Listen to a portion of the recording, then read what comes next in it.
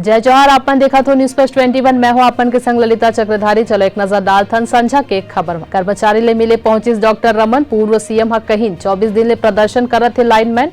जानबूझ के नियुक्ति लटकाए जाते। अयोध्या में रामलला के भोग लगा के प्रसाद खा के भक्त हिस गदगद। राम जन्मभूमि तीर्थ क्षेत्र ट्रस्ट हा शुरू की निःशुल्क सीता रसोई। बीजेपी कांग्रेस के नाराज नेता ऊपर आपके नजर 70 मन ज्वाइन किन पार्टी। पाकिस्तान में बड़े सियासी ड्रामा। अविश्वास प्रस्ताव खारिज होए के विरोध में अटॉर्नी जनरल और डिप्टी अटॉर्नी जनरल हद्दीस इस्तीफा। गरिया बंद के सुपे बेड़ा में मौत के तांडव। किडनी के बीमारी ले 47 साल के पुरंदर के जान गई। अब तक 78 लोग तोड़ चुके हैं दम। रायगढ़ में सड़क हादसा 3 दोस्त के मौत। तेज रफ्तार ट्रक कहा बाइक सवार युवक ला चपेट में लीस।